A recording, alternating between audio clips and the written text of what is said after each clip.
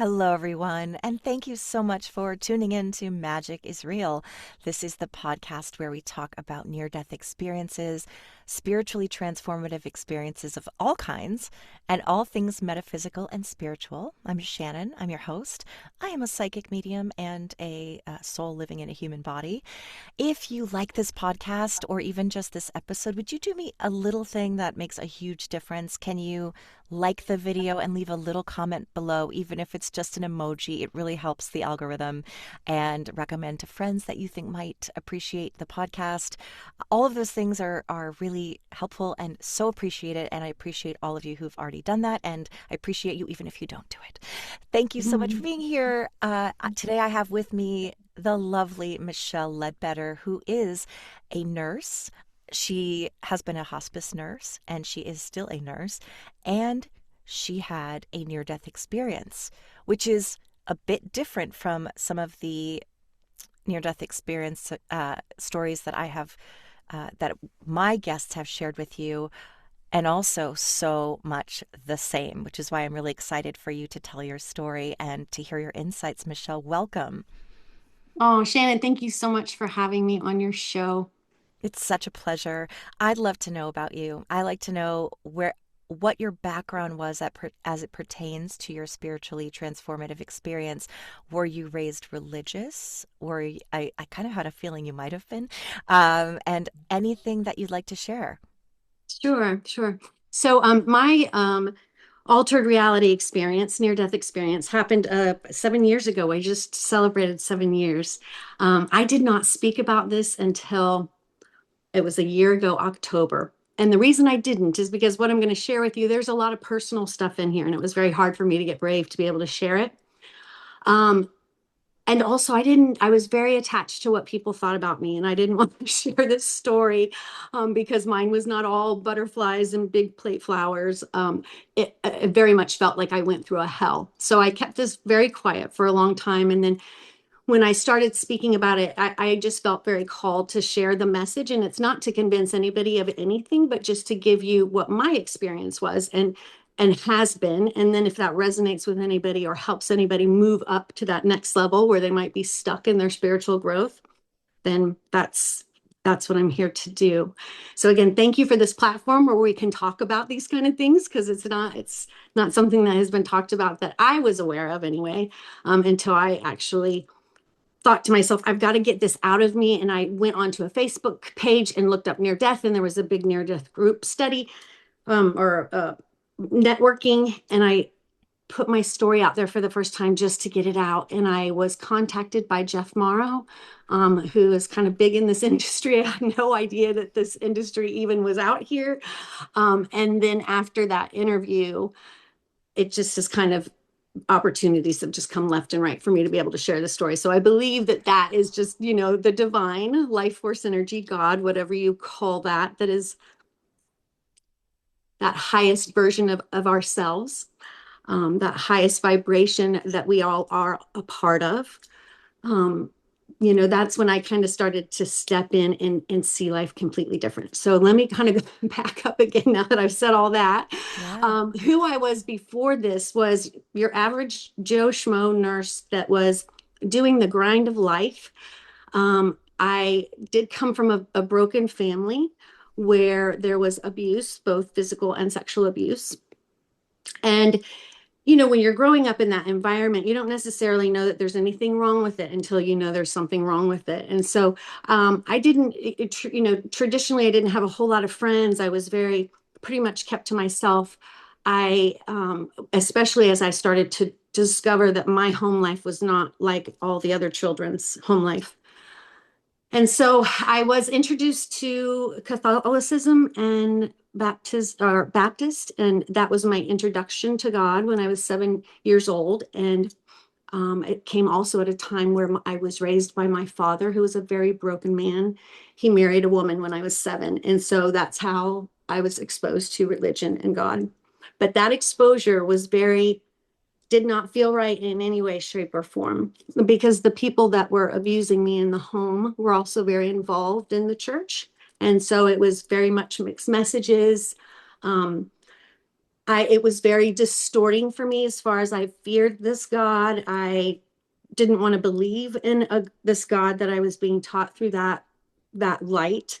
Um, and it didn't make any sense because if this loving God was so loving, how could he allow the things that were happening in my life to happen? So it was just very distorting for me. And I believe probably most children that go through some form of abuse or neglect walk away with distortions of what God is, of what connection with people means, and honestly, what love is. I can say that I did not know what that was until after this experience, truly, what unconditional love is. I thought it was more of a performative sort of thing. You do good, you get rewards. That, I like what you're doing as long as you're behaving and doing what I want you to do, then I love you. But when you mess up, I don't like you so much. So that's not really, that's got some condition in it, right? It's not unconditional. Um, so I would say that I was a seeker. I was trying to figure life out. I was broken. I was looking through what I call foggy lenses on my glasses. So my trauma was driving me, and I really did not know it. I married very young to a beautiful soul and stayed married for 18 years. And after 18 years, my skeleton started to come up, and I did not even know that's what it was. I just knew that I felt like as my children were getting more independent, I recognized I don't even really know who I am. And I felt like there's got to be more to this thing called life than what I'm going through. I was doing everything that they say you're supposed to do, get married, the house. I didn't have the white picket fence, but I had the boat, I did that whole the competitive sort of, moving up the ladder. And there was still something missing. And so I ended up leaving a marriage after 18 years, and it unfortunately caused some abandonment wounds in my children. And it to this day, I'm amazed that I was so determined not to do that to my children, to have abandonment issues or abuse in any way, shape, or form. And still, because I was so broken, not really knowing, just searching, trying to search to fill this void, that my actions were actually causing that to my children as well. So it's like that generational trauma keeps coming until somebody stops it and recognizes, oh my gosh, I'm kind of doing the same thing, different, little bit of a different story.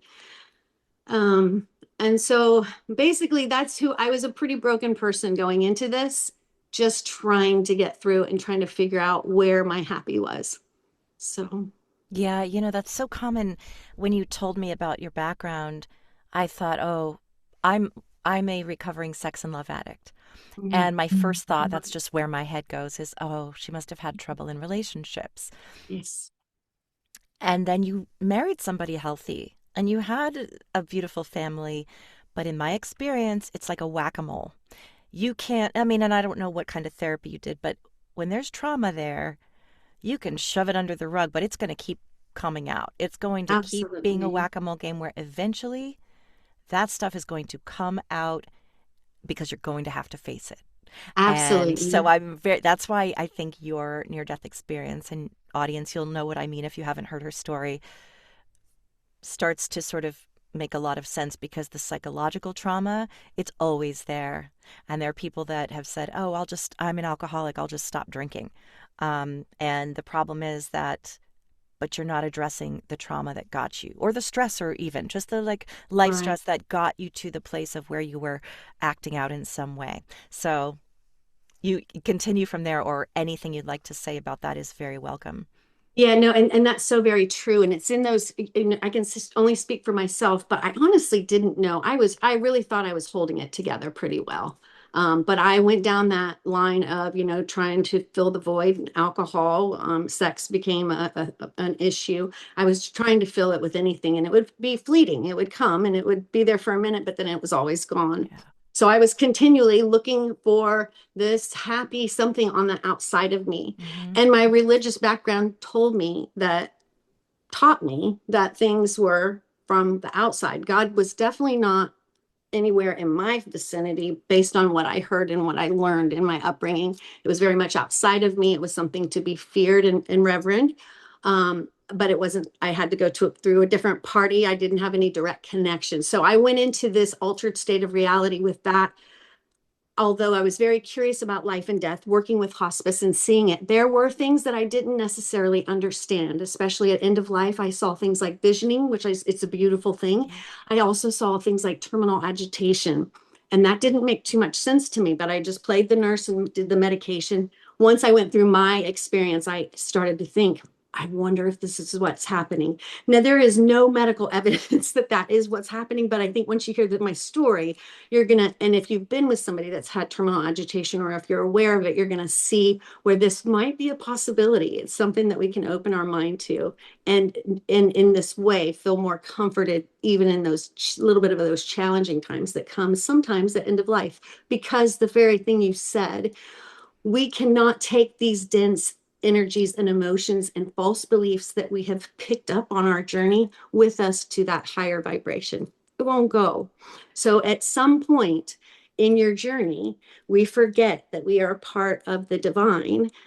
We move away from that through our conditioning, and we get out of alignment. We make mistakes and different choices, and we can choose in our free will whether we're going to move in the direction of love or the absence of love. And we will viscerally know where we are. And I know I am rambling here. Sorry about that. I But was just thinking you're such a good speaker. oh, And all of what you're saying is so eloquent. You've written a book too, which we'll talk about. And I was yeah. thinking, she's such a good, I can tell that you're a good writer. You're a great speaker. You had told me that your public speaking makes you a little bit nervous, but It still you're makes me wonderful. so nervous. It's just Yeah. not part of my genes. But thank you very much for that reinforcement. But you're very good at it, Thank and you. trust that. Thank you. Yeah. Thank you. Thank you. And so let's get to the near death experience, because I Yeah. know people like to hear that part of it. And Yeah. I want to say, if I can preface it with this, um, I believe that people can achieve this thinning of the veil and not only near death experiences, but they can do it in altered realities by medicinals. They can do it when there is trauma involved, whether it be emotional trauma or physical trauma. And you don't necessarily have to have a heart stop flatline to have these experiences. And so that near death truly is near death. It doesn't always mean that you've actually crossed over and come back. No, some people say they have gone completely over and come back, and I honor and respect all those. And I'm going to tell you straight, I don't know all the answers. I'm just telling you what I've experienced and see if it resonates with you. So to my altered state of reality that came about, I was traveling as a hospice nurse, and there was a severe snowstorm. I was traveling from Montana, trying to get to Texas as soon as I could, and I was trying to outrun a snowstorm. I made it to the Colorado area. It was late. I wasn't feeling good at all that day. And I ended up having an automobile accident, went off an embankment. And when I came down, I had an L1 burst fracture, a broken spine, and a severe traumatic brain injury. Right before I went off the embankment, I had this feeling of like, uh-oh, something's, I'm in trouble. And then nothing. I don't remember anything after that except for just a darkness. But in this darkness, I felt so much comfort. It was so peaceful. I knew that I had been in an accident, and where otherwise you would think I would have been just completely freaked out, right? In my normal self, I would have been completely freaked out. I was so calm. It was um it was a calm that I have never known, and I actually had forgotten about it because the fear that came behind it was so profound that it consumed what I experienced for a long time until I worked on the integration piece of it. And then I recalled, oh my gosh, the peace that was there in the beginning was unbelievable, and it was in complete darkness. Now, I had an awareness of the paramedics around me, of things happening, but it wasn't a continual awareness. So, like little blips of, like, I remember the paramedic like asking my name, and but I don't remember responding to him. I remember being placed into the ambulance, but I don't remember the ride too. So it was kind of like I wasn't it wasn't like I was looking down on the scene. It was like I was in darkness hearing this stuff happening, but I couldn't see anything that was happening. It wasn't registering if I was opening my eyes or if I was engaging, it wasn't registering. Um, I know that I went to a first hospital. They did some imaging there. They recognized that the injuries were not stable and that I needed to have urgent surgery. And they had to transport me to a trauma unit. I was aware of all this. And I also had a little dog that was traveling with me. And they allowed her to come with me. I remember them placing her on my lap in the in the ambulance, and I thought, man, there are like human angels. I just felt so loved and so, although I wasn't, I couldn't see, I just felt so loved by these humans, and so cared for. And then when I was at that first hospital before they transferred me to the trauma unit, they had mentioned that they were going to have to take my little dog, who did not sustain any injuries. Thank God. I'm right. How in the world that happened, I have no idea. Although the front windshield was completely crashed, she had hit it, but she didn't have any injury. Wow.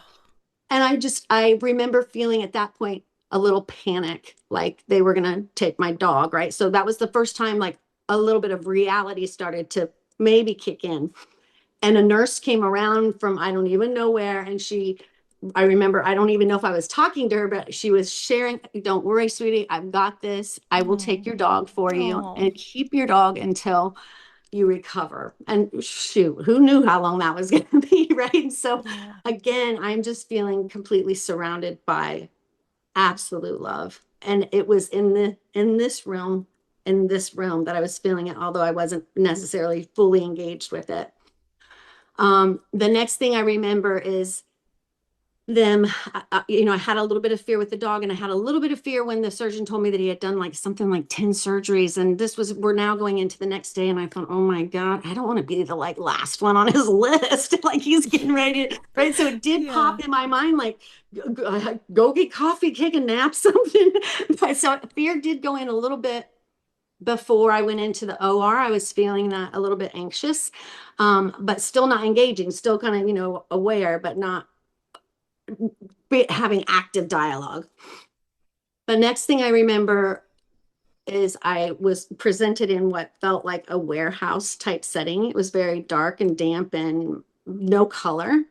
I didn't know what I was doing there. I sensed my children behind me, and I turned to them as if I was going to ask them to come with me. And when I looked at them, I they didn't say anything to me, but they looked at me in a way that I realized I was getting ready to do a journey by myself. They were not going with me. And the fear, oh, Shannon, it started to just rise in me like, oh my gosh, where am I? What's happening? They turned and they walked out this door, a big, heavy door. And I went, it had a little window, and I looked out, and there was like the ground was barren, almost like it had been mowed down by big, heavy equipment. And they just walked off.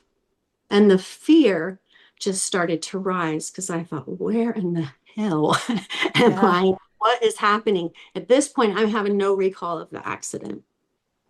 Um, I turned to it back into the room, and I noticed there's a little boy and a little girl, probably 7 to 9 age, that kind of age, off to the right. I see some other scenes that I don't necessarily like to speak about because it was very horrible. A patient that I had befriended who was HIV positive. He was going through some trauma stuff that I was having to witness, and the fear just kept compounding. And then all of a sudden, it was like, for lack of a better word, a film that started, and I recognized this was my life and my life review as a child. And so I was reliving all of it, but the highlighted areas felt like the ones where I was in those situations where I was being abused. And so the fear compounded even more. When you think it can't get any worse, it just kept getting worse. And I was in that place and where I thought, I can't do this anymore. Like I've already been here. I've already done this. I can't do this anymore. Scared, afraid. I look over at the little girl and I start to see the scene kind of change. And I start to recognize I am in her life review. And so as I'm moving through this, I'm on the outside, but I'm also in her. Like I'm looking through her eyes and feeling through her body at the same time. So when I say my trauma was severe, her trauma was even more severe than mine. And to be in that, you know, like with mine, at least I knew what was coming next. With the children, when I observed them, I didn't know what was coming. So it was very frightening. And it was very scary and it was very sad. Sorry, I wasn't expecting that today. It gets me still. Hold Yeah, it on. gets me too. I'm emotional about it too.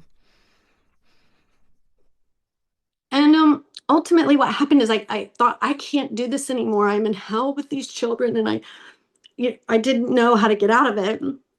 And I almost feel like I'm forced to look up, and when I do, it's like the ceiling starts to crack and this very bright light starts to come through.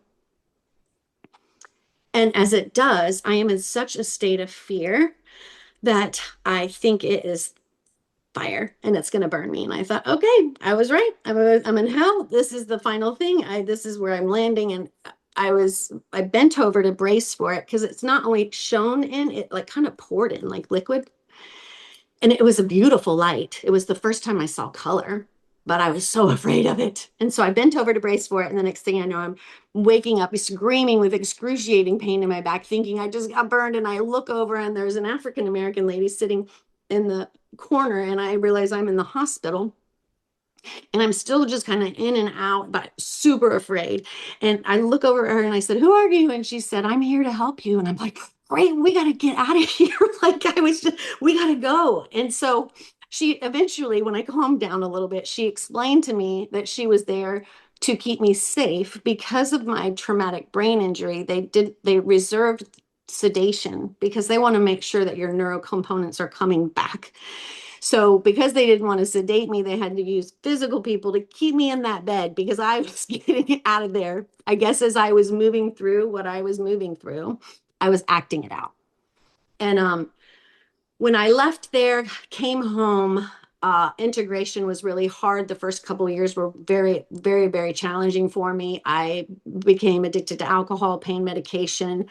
My coping skills absolutely sucked. I had no coping skills. The only thing I knew to do was those things that I continued to do. And I wasn't about to go to the Bible because that was taboo as far as I just thought that was a bunch of hogwash. But as things kind of continued to move on, and I knew that I had to revisit this, I knew I had to look at it. I got to a place where I just essentially surrendered to life. And I said, I need help. And so I laid down on the couch and I thought, well, I can meditate. I'm going to try this meditation. They just say, close your eyes and breathe. And it took some time. I would just lay there and I'd breathe and I would be, I would say all those things, if there's any messages, please bring them to me. I'm open to receive. I was so desperate to just get some sort of relief. And during a meditation, I was taken back into my altered reality. But this time, Shannon, I was held with grace and love. And when we walked back into that scene and I saw the children this time, I was told that they were my abusers as children. And Oh, I just got chills. the compassion Oh my God. that I had for them after going through what they went through, I understood. And the only thing I could do was extend forgiveness to these poor children. And not that it made it right, but I never knew that unconscious trauma was actually driving my life. I had no idea. But once that happened, it just lifted. It lifted, and I saw them as the divinity that they were, and they had just gotten lost, like we all do. We're all like those, divine spiritual beings having this human experience. Come in, and we're exposed to contrast. And in that contrast, we get to learn to remember who we are and choose love. And, the darkness and the fear is just the absence of the light, but the light is always accessible. We go through life and we get pulled away from it. We're out of alignment with it. We feel that in our bodies when we're like, you'll get visceral feelings when you're triggered by something, or that you're not in alignment with your highest self. And so the messages that started coming after that were just like, holy wow, I had no idea. And so I stepped into leaning into life. And of course, I had to undo all the things that I had been told about faith and God and religion. And I had I had to ask life to show me something that I could see and understand and accept. And it's more in the whole energy realm. You know, we are all, if you thought of the divine light love that all things come from, the life force energy, God, as a single beam of light that to be able to experience itself. Somebody shared this with me. I thought this is a great analogy. That single beam of light, if it goes through a prism, it goes into many different colors, right? Prisms are beautiful. And we are like the beams of prism that come off the single light.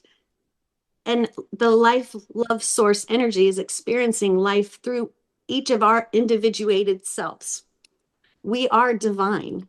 There is nothing but that light at the end. We came from that light and we will return with that light. And in the contrast, life force energy, God, is revealed in itself. And the only thing that we remember at the end is love. That's all we take with us. Yeah, powerful, right? So again, once that became, and I recognize that things have to be experiential sometimes for people to have the buy-in, right? So all I can do is tell you my experience, but maybe there's something that you have maybe tapped into that is a little mystical that you couldn't explain. That you go, maybe there's something to this. Because once I did, Shannon, life is just, even when it was really flipping hard, I was fired from my job at hospice. I had no idea what I was going to do. And it was like life, God was saying, you think you got it? You want to give it a try now? And I was like, no, I don't want to do this. I don't want to do life like this. It's too hard. But I was like, what do I have to lose? I'm going to just lean in and have faith that life is working for me and not against me. And I'm going to buy into that and I'm going to see what happens. And I'm going to start engaging with life like whatever. If people say I'm crazy, I'm just going to go for it because what I've been doing for 53 years has not worked. Yeah. And when I opened and I started doing meditation on a regular basis, things started dropping in left and right. And then I would get confirmation by, something would come up somewhere, a person would say something to me. I went from being a very broken, fearful, constantly watching my environment individual that was not authentic because I was afraid of what people would think of me. But once this as this has unfolded, I feel so empowered. And I recognize today that what people think of me has nothing to do with me at the end of the day. It has everything to do with them. And if I am reacting to them, then that's God's little wink to say, you're out of alignment with the way you're looking at this. Can we look at it differently? Sometimes I hit it, sometimes I don't. But since I've been doing this, I hit it more and more. And life is going to show up and show you people and places and situations to show you where you're not free and give you the opportunity to recognize the divine being that you are over and over until you get it, and even at end of life. And so if you want to, we can move into that terminal agitation and what I think is Hmm. happening with Yeah. that. Yeah. I just want to say thank you. I have never cried. I've never cried so much in one of these interviews, and I've done hundreds of them. And I'm not sure exactly. I think what really hit me is something that I always say too is the oppressed become the oppressors. People Mm. who do the worst things are the ones who need the love most. Oh, girl, that was a huge message too for me. Yeah. And once I received that, that was one of the key the pivot points of being able to forgive myself because that was the hardest one. Like you think forgiving another person is really hard, but once you can do that and you can see them as the divine, spiritual, amazing beings that they came into this life being from the very beginning, that light just got covered over like we all do so that we can choose We can choose love. When you choose love, that's powerful. It's always there. But when we forget it, we're in the darkness, and we can feel when we're in the darkness. We feel lost. But that was a pivotal time where it really kind of came like, wow, yeah, I get it. I get it. Yeah, it's so beautiful. How did you know to meditate all of those spiritual practices since you did have an experience that was a hell-like experience? How did you know to do all of those beautiful spiritual practices? I was so desperate. I was really at the end of my rope. And again, I had such a bad taste for religion. And if anybody had said the word God, I would have turned away right then and said, "You're one of those," because Hmm. I put everybody in a box that was, Catholic or Baptist. Oh, you're all the same. Which that was on me. That was on me. But how did I do that? Is that the question? How did I?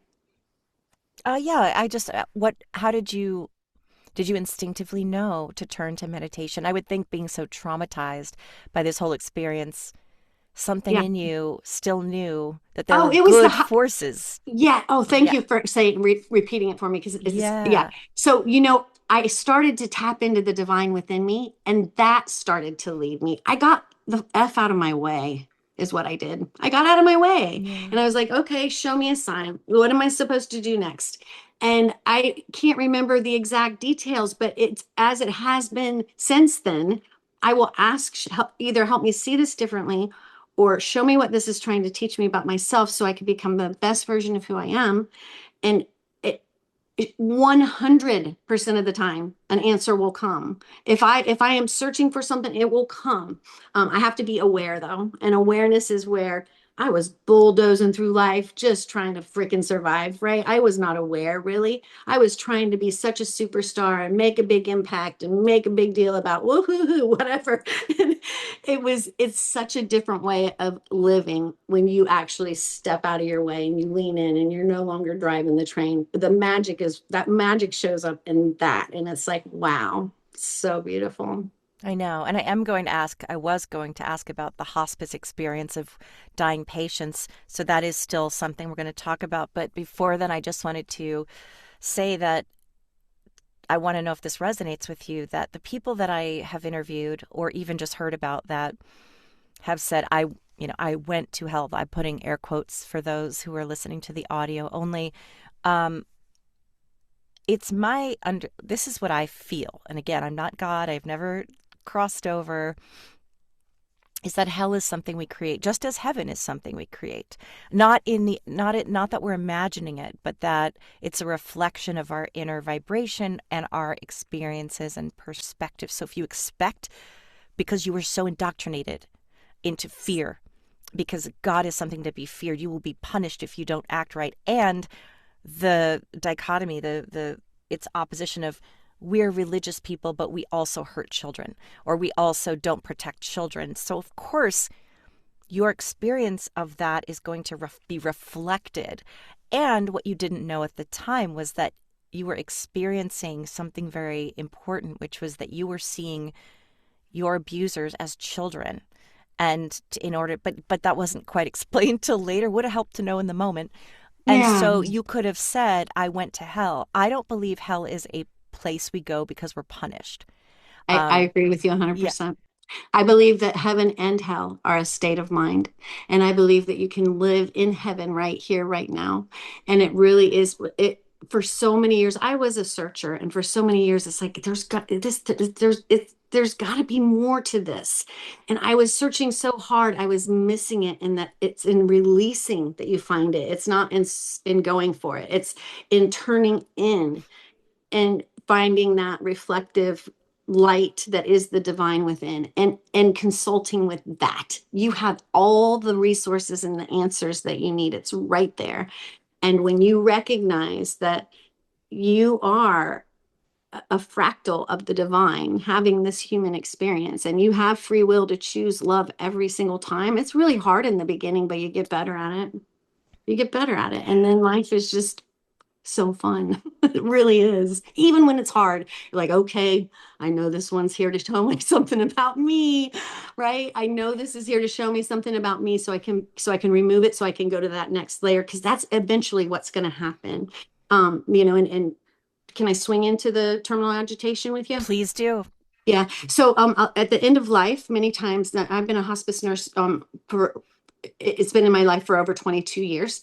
I'm passionate about being with people at that time of life. They're very vulnerable. They're very transparent. You get to see their beauty and their authenticity and help people move from this physical, dense energy to the non-physical. It's just such an honor to be with people.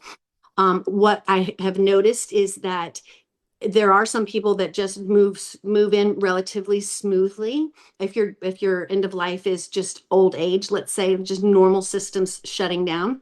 But there is always a time of what I call the undoing, where there's contemplation. Of course, you would think this too about yourself. You're contemplating your life and that sort of thing. Towards the very end, there's something that we call visioning, which is just absolutely beautiful. And you can't explain it except for that it is consistent and it is so very real and comforting for the people that are moving through the transition and also people in the room. And it's where they see loved ones and they will have conversations and they are the visionary reach where they are reaching towards something and they're calling that in and just having the most beautiful dialogue and seeing lights and hearing music. Harps and horns are always a big one. They'll think that something's in the attic. Do you hear it? So there's definitely things that are happening in the physical form and the neurology, but in the spiritual component too. The soul is separating from the physical container that held it. So all those false limiting beliefs that we picked up that took us away from the divinity of who we are given an opportunity, and I believe that's what was happening in my situation, to see those things that actually prevented us from receiving love. It was the blocks and barriers from that situation that I've created stories around to keep me safe, um, that ultimately became the enemy and kept me imprisoned. And when I recognized it was those things that I needed to lift and remove so I could not only receive and give love. And let me tell you, receiving love was a hard thing to do for people that have gone through trauma. It's a very hard thing when you recognize, oh my gosh, I can't even receive an I love you or anything without getting some visceral something. And that's, neurology speaks quicker than the brain and your body remembers. And so if you're feeling off, it's like, I call it God's wink now because it feels so uncomfortable. It's kind of like, right. But I was like, okay, that's God winking at me, trying to get my attention to say, your story that you're telling right now about this situation's off center. So, anyway, people will, if they go into the terminal agitation piece, we do have medication, we keep them comfortable, but they're doing the same thing. They're fighting. It looks like they're fighting. They're trying to escape. It looks very uncomfortable, but it is a reckoning that is bringing life full circle so they can see it through Christ's eyes and through divinity. And it is then released. And it's when we stop holding so sacredly to this separation and recognize our union that peace always, always follows. Always. Oh, that is so beautiful and so well said. I Mm-hmm. appreciate that so much. I Mm-hmm. think that is, I'm just kind of letting that sink in.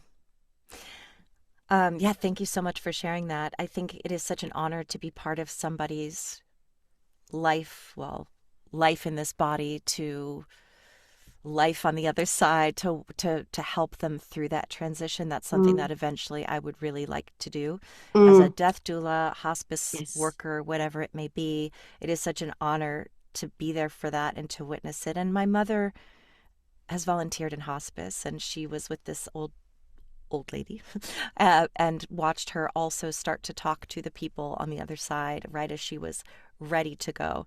Mm-hmm. And you Mm-hmm. could say, well, that's the brain creating DMT or dopamine to help it make it easier. But then why does everyone have the same visions? Not the exact same. Right, right. I do believe that everybody's end of life is is unique to them. Yeah. I believe whatever your religious background, your beliefs, those things are going to come too, because that's how you understand and interpret the world around you. So of course your end of life is going to be very, and it's going to be for you. And it wasn't quite my time, but that message that came, the releasing of my abusers, was such a pivotal point that like I said, it imprisoned me for 53 years and I did not even know it. I honestly thought I had forgiven them until I did. And that was when I could see them independent of me as human beings, just doing the best they could with what they had. And then looking at myself and going, I've done some shit too, that not intending to actually hurt somebody, but the actions hurt somebody. Mhm. And so like we all miss the mark. I don't believe we all come in as sinners, but we all sin or miss the mark in some way, shape, or form. And so we have to do that so that we can choose love and remember that we're the divine at the end of the day. It's like, without the contrast, it would be for naught. That's everything. You're just really validating. The Mm. more people I interview, the more mediumship readings I do, it just, you think you can't even, you think you know it. You're like, I think Mhm. I finally got this, and then there are more layers and more layers There's more layers. to Yeah. bring it all together cohesively into this actually lines up with everything that I'm understanding, everything that I have heard, piecing it all together. And I just think that's so beautiful because what you went through is it's one of the most traumatic things a person can go through. And it's always so hard to imagine how people get through it. But as you know, your soul chooses these things which people can't imagine. Why would I ever choose that? Well, you wouldn't if you were in human form. But from a soul perspective, we choose them for a reason. Do you have thoughts about that or ideas about Absolutely. that? Yeah. Yeah. I am so grateful for the darkness in my life Yeah. because it was so extreme, I don't know that I would know this extreme if I didn't have its parallel. So honest to goodness, I can say that I wouldn't do anything differently. Hmm. Once I started to wake up and I realized how I could stay in love and stay aligned in love, love people where they are, love Yes. people where they are, let them do what they need to do. Get out of the way, quit trying to drive and control. That's fear, right?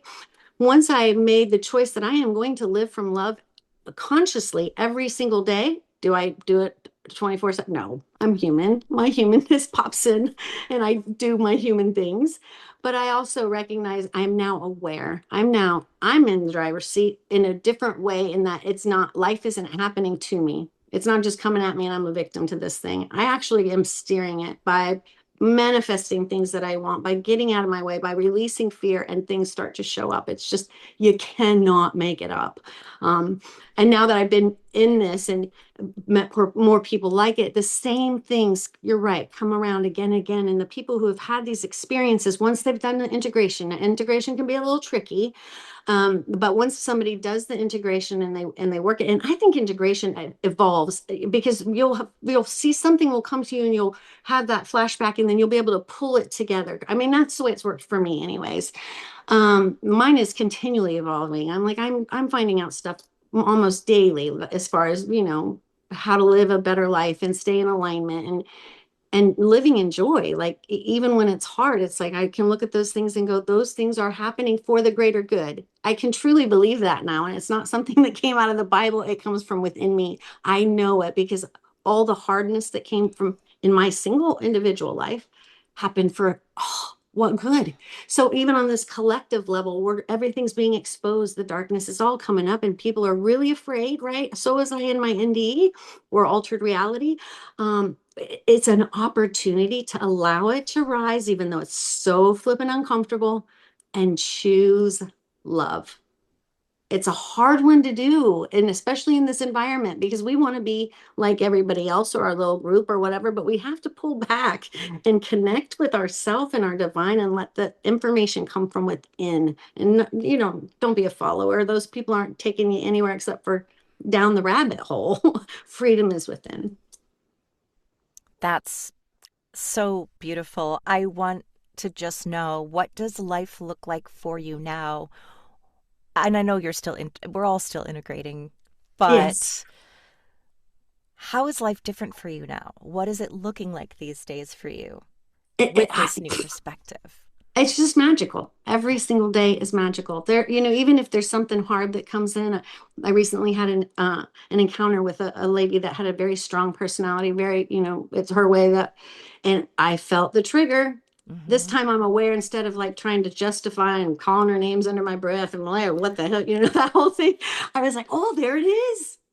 It doesn't feel good, but thanks. I'm feeling it, God. I feel the wink. I can't look at it different right now. I'm standing in front of her. Yep. I feel the visceral feeling. I can't do it. I'll take it home. And I did. I take it home. And every night I will reflect and say, what did life bring me today that was an opportunity? And where did I do it good? Where did I miss it? And if I missed it, I know it's going to come back around. I'm going to catch it next time. But I live in a place of awareness. I am in so much gratitude for every single thing that comes my way, even when it's challenging. Like I don't have this perfect life. I have disputes with family members. Like it's not all beautiful, but inside, I am not reacting to that anymore. I know at a deeper level that we're all here walking each other home. And when I can get grounded and get out of my reaction and recognize that, wait, that's your shit. This is my shit. Right? If I can separate it and see it clearly, then there's nothing really phases you. It's about waking up to that though. I feel the same way. That is why this podcast is called I Magic am, is Real. Because ever yeah, since my awakening, I have the same thing. It is not that life is always perfect. It's that now, when I feel a trigger, I say, what is this really about? yep, yep, Why was this person put into my path mm-hmm, to to awaken me to? mm-hmm, What do yeah, I need to learn from it? How can I yes, respond better? Not my monkey, not my circus kind of thing. And yes, it's doesn't mean it's not a struggle, but it gets easier and easier. I think you spoke to it. Basically, what you're saying is that you're living a more mindful life now. absolutely. Yeah. And I Yeah, that is just the very key, is not being a victim to, why is this happening to me? It's happening for me. right. And how do I navigate that, and when to surrender and when to take action? Then there's a fine balance between that. So this has just been, I feel like I just went to church, and but the kind that I feel comfortable with, which is um, you're really speaking to me. And I just wanted to first of all share the name of your book. I'm going to have the link to it on Amazon. Yeah. And then, yeah, and then also, just what is it that, if you, off the top of your head, what's the one thing you want people to know? Go ahead. Okay. So the name of my book is From Fear to Freedom, a near-death journey through darkness and awakening. And it can be purchased on Amazon. It's a short little read. It was a very healing project for me to be able to get this out. I'm pretty vulnerable in there. But again, in being vulnerable and being authentic, wow. You shove all these things and you hide behind them for so long, and then you realize once you just, this is it. Bleh. Yes. You're the freedom that So comes free. I with was going to that. say, it's so Oh, freeing. so even though it's really, really hard to talk about, it's so freeing once you do it. Um, and if I had a message to leave with people right now, it would be to take the time and energy to invest in learning who you are at the deepest level, beyond the stories that you've created around your life experiences. The divine is within all of us, and it's about learning to tap back into that. I just had a new grandbaby who's 7 weeks old, and you can see it in a newborn child's eyes. They're just so curious and aware, and pure positive energy and potential, and beautiful consciousness and awareness. And we are part of that. That never leaves us. It just gets a little covered over with our conditioning, which we need to remember who we are. So just know thyself. Really take the time and invest in knowing yourself, and be aware of what it is, how you're showing up in the world. Thank you, Michelle Ledbetter, for joining me today on Magic is Real. This really was, I always feel like I reached new levels of this was one of my favorites. It's one of the most impactful that I've ever I love all of my guests and appreciate all of them, and this one really just hit home and really touched me. So thank you. Meant to say for your vulnerability. Mm. I'm writing a book about recovery from sex and love addiction and Awesome. the spiritual stuff. And yes, there are moments where there is that vulnerability hangover of, am I really going to share this? I know it's tough. It's tough, but girl, once you let it go, it's like, I oh, know. And even sometimes podcasting, you're like, did I overshare? And I realized that what you said, authenticity, and this is it where it's it at. emboldens other people to show their vulnerability and to be more authentic. And so I think that in doing so, we risk a little bit of judgment, but does it what do my mother bought me the book when I was younger. What you think of me is none of my business. That's a great one to keep in your mind. But Yeah. here's the thing: we're human beings, and we want to be part. We're conditioned to be. We are one, so we want to mingle and be together. But it's the illusion of our separateness, not knowing that we're all from the divine, and we're all going back to the same source that we came from.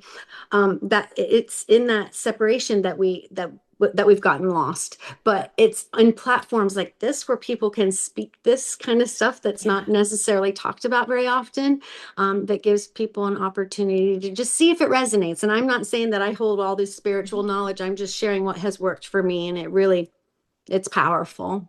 It's And I powerful, and it's appreciate that. available to everyone. Everyone, available to everyone. Yeah, I want everyone to know that your experience is so welcome here. Your experience is your experience, and that is always valuable to hear.